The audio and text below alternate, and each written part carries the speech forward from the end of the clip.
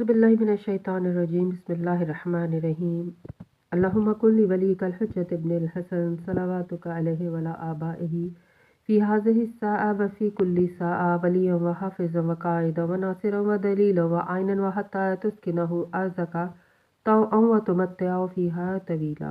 अस्सलाम वालेकुम सामीन, हमारे चैनल ज़िक्र उला में खुश आमदीद।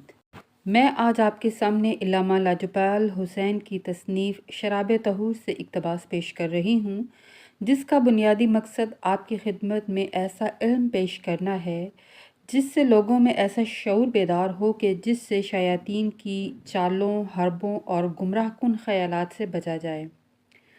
अगर आप इस किताब का मुकम्मल मुताला करना चाहते हैं तो इस किताब की PDF को हमारी वेबसाइट www.idarakhatamulauliya.com से फ्री डाउनलोड कर सकते हैं। इंसान मंजिल यकीन पर कब फाइज होता है? नूरे इल्म को कैसे पाया जाता है?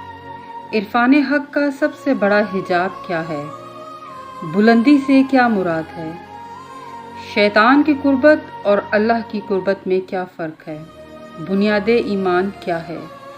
बेहतरीन सिफ़त क्या है?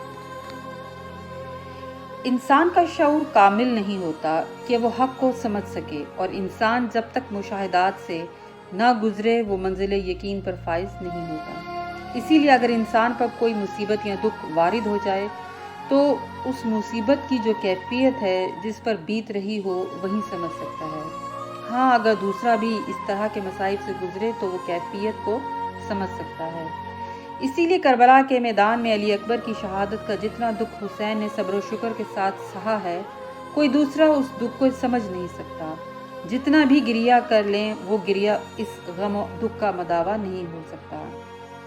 हाँ, अगर किसी का कोई जवान बेटा मर जाए और बुढ़ापे में उसको ये दुख मिले तो वो एक जुज़वी एतबार से इस कैफियत का इदराक कर पाता है, लेकिन वो कैफियत दूसरों के लिए अजनबियत का मुकाम रखती है, क्योंकि इंसान अपने शऊर, एहसासात, कैफियत और हवास में नाकिस खल्क किया गया है।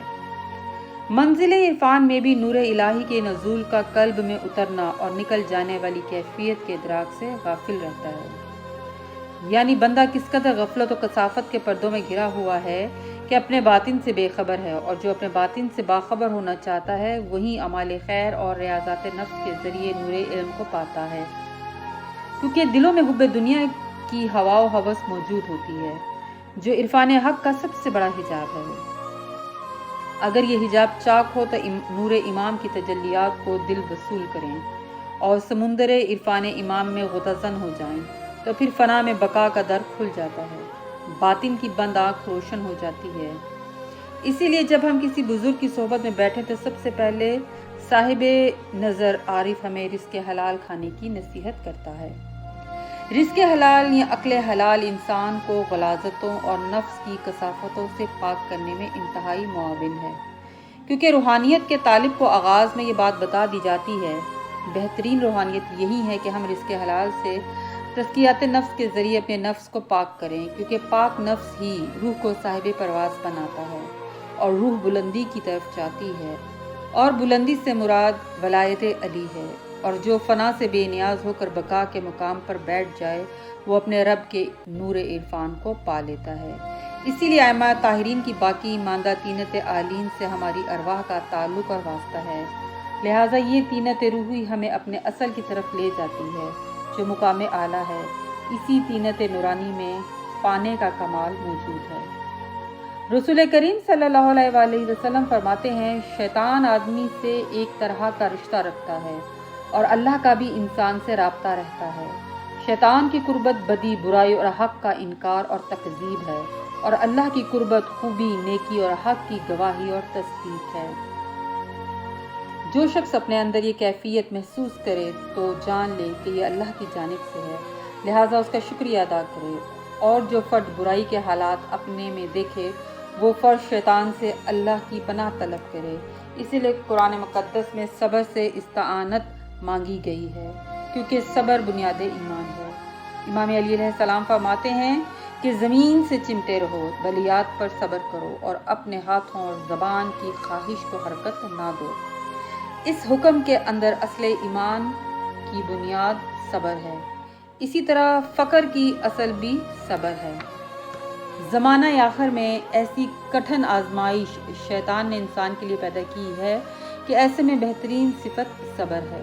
اسی لیے فرمایا گیا کہ اولا ترین صبر اس شے پر صبر کرنا ہے جو انسان کی محبوب ہے، یعنی انسان اپنی خواہش، اپنی اولاد اور لذتوں کو قلب سے مالک کی راہ میں قربان کر دے یا ان سے بے نیاز ہو جائے اور رضا امام کو پالے، تو یہ بہترین صبر ہے۔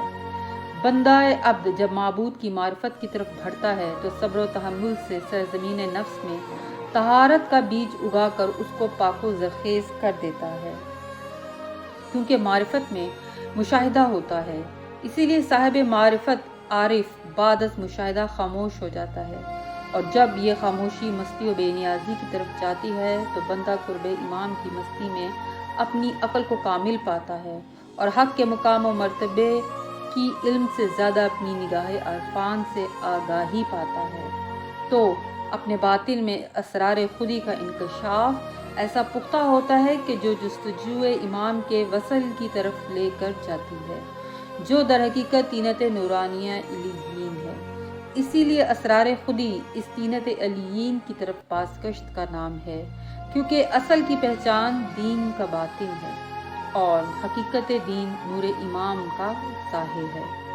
اسی لیے اشاق کے لیے لازم ہے کہ وہ طلب ہو کرے، حق کا علم علامہ بناتا ہے، حق کی معرفت مشاہدہ کراتی ہے، اور یہی کسی عارف کے لیے مرتبہ حق الیقین ہے۔ اس لیے محبت مولا اگر خالص ہو جائے تو پھر وہ طلب کی تجلی کو پیدا کرتی ہے۔ تجلی طلب وہ نور ہے جو سرزمین عشق و عرفان پر جنم لیتا ہے۔ انسان کو اس دنیا میں اول ہدایت کی ضرورت ہے، مگر ہدایت کا بھی ایک مقصد ہے۔